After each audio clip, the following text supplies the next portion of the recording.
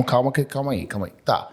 Aí você tá me falando agora nos bastidores, antes da gente entrar para gravar, que a Embrapa tem quantas unidades no Brasil inteiro? A Embrapa ela tem 43 unidades no Brasil todo, né? Com sede em Brasília e praticamente em todos os estados brasileiros. Tem alguma? Tem alguma unidade da Embrapa que trabalha com todas as áreas do agro, E lá com em Rondônia, todas as áreas você trabalha tecnológicas. Na Embrapa de Rondônia? De Rondônia. Tá, Há quase 12 anos. E que você caiu de paraquedas em Ribeirão Preto, filha?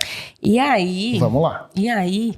Depois de todo o trabalho que a gente tem desenvolvido com o café, né, robusta amazônico lá em Rondônia, eu tive a oportunidade de vir fazer o mestrado.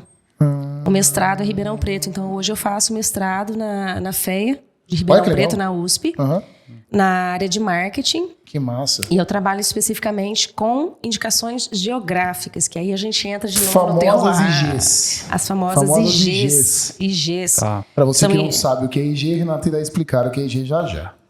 Não, agora, pelo amor de Deus, como assim, cara? Não. Eu já tô aqui, não, faz comigo, não. Não, eu já tô aqui. Eu tenho dinheiro, eu quero comprar. O cara tá ansioso, velho. Não, me dá informação daqui 10 páginas. Quero que você acordou hoje. Não, eu acordei. Então tá. Você sabe quando eu acordei. Eu não sei, mano. Tava do meu lado. Ô, louco, velho. Receba. Eu quero saber o que é IG, o que é identificação geográfica. Exatamente. Indicações geográficas é um selo, um registro que os produtos têm. Podem ser produtos do agro, né, agroalimentares, pode ser até produtos artesanais, tá, que eles são típicos de uma determinada região. Então, por exemplo, só pra galera entender, tipo, queijo canastra é um exatamente. Pra queijo. O champanhe na França. Exatamente, porque o nome champanhe não pode ser utilizado por outros espumantes do mundo. Porque o champanhe é um espumante produzido em Champagne, na França. Vou dar uma IG que quase ninguém sabe que é IG. Pastelzinho de Belém. Não pode chamar pastel de Belém se não for feito pelos monges lá. O resto é tudo pastel de nata. Então você tá comendo pastel de Belém, mentira. Tem que ir pra lá Portugal. Você tá me falando que o Habib's mentiu? Mentiu. Não pode ser verdade. Pastel de Belém é comprado em Portugal e só é uma IG. Eu tô triste agora. Então, cada país adota suas regras para fazer as indicações geográficas e no Brasil são dois tipos principais que é interessante a gente saber. Por exemplo, a gente tem a indicação de procedência, ou seja, aquela região ela é conhecida e reconhecida, ou seja, ela tem notoriedade, né? As pessoas sabem que aquela região fabrica, produz aquele tipo de produto. Por exemplo, sapato de Franca. E sim, é uma indicação de procedência. Que massa. Tipo, Franca, então, é reconhecida por uma região produtora de sapatos. Sapatos femininos de Jaú também. Não é um produto agroalimentar, mas é um produto de indicação geográfica. E nós temos a denominação de origem. A denominação de origem é um vínculo maior que aquele produto tem com a região. Ou seja, aquela região, de alguma maneira, ela influencia nas características de qualidade daquele produto. Ou seja, nós temos o robusto amazônico, que é uma denominação de origem. Nós conseguimos comprovar por meio da pesquisa científica que aquele café produzido ali, ele tem características do terroir. O que seria terroir? Voltamos lá no comecinho. O terroir é justamente aquelas características físicas que inclui clima, solo, relevo, altitude, acrescentadas das características do saber fazer local. Ou seja, como é que os produtores de Rondônia produzem aquele café? Né? Então, essas duas características juntas formam o terroir amazônico, que dão as características fundamentais dos produtos chamados robustas amazônicos. Então peraí, você tá me falando que por conta dos robustas serem plantados lá na Amazônia, mais especificamente em Rondônia, as características daquele café não são encontradas em nenhuma outra região do planeta. Exatamente. A indicação geográfica é um selo que garante isso, e isso foi comprovado, né, para você conseguir esse selo, né, que hoje é o INPI que fornece, é um instituto de propriedade intelectual, foi necessário que a Embrapa comprovasse todas as características que tem ali no solo, no clima, né?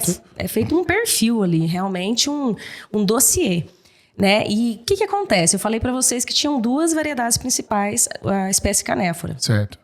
Nós temos uma característica assim, em Rondônia, a cafeicultura começou primeiro com a arábica, e aí não deu muito certo, porque altitude baixa, temperaturas altas, o arábica não se deu muito bem lá.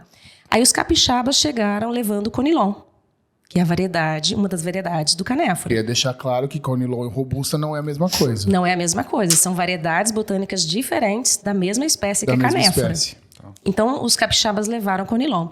Um tempo depois, a Embrapa, por meio de uma parceria com o IAC, aqui de Campinas, Instituto Agronômico de Campinas, levou o Robusta, a variedade Robusta. E essas duas variedades foram plantadas nos campos de Rondônia, nas lavouras de Rondônia. Tanto o Conilon quanto o Robusta. Tanto o Robusta como o Conilon. E o que acontece? Que é diferente também do Arábica. Gente, falou de Arábica, falou de canéfora, são coisas completamente diferentes. No campo, no processo e na xícara. Tá. Caramba. Então, o que aconteceu? Naturalmente, por exemplo, o Arábica, se você tiver uma planta de Arábica, ela consegue produzir frutos, porque ela se autopoliniza. Sim, ela não precisa de outras plantas. De alguém polinizando. Pode ir abelha ou pássaro, alguma coisa. Isso mesmo. Tá. Já o canéfora é o contrário. Já o canéfora ele precisa de outras plantas e, além de serem outras plantas necessárias, precisa que essas plantas sejam compatíveis. Então, você tem grupos de compatibilidade nas plantas do canéfora. Caramba. Aí eu digo duas coisas. Acabou de Primeiro, ficar mais complicado. O mundo do café... Eu costumo dizer, né, a gente, quando começou os trabalhos de café, que tem muita ciência e tecnologia no cafezinho de todo dia. Muita, nossa. Que as pessoas não fazem noção. É química, física e por aí vai. E não é nem a questão da máquina ou da extração, não é nada. É o antes de chegar na torra. É até o produtor. Ali. O produtor, ele faz ciência no campo. E ele não sabe. Tem muito cara que não sabe. Muitos não sabem, mas na verdade ele não é valorizado como tal. Mas ele faz muita ciência no campo. E isso Rondônia também tem valorizado. Então, vamos voltando lá na história. Então, essas plantas de Conilon e Robusta, elas foram plantadas em Rondônia e elas começaram a cruzar naturalmente. Por conta do vento, polinizadores como as abelhas, que são fundamentais para a produção de café e canéfora.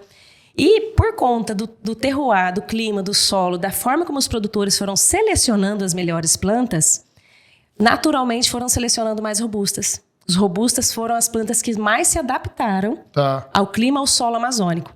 Então, quando foi feito o registro da indicação geográfica, isso foi comprovado.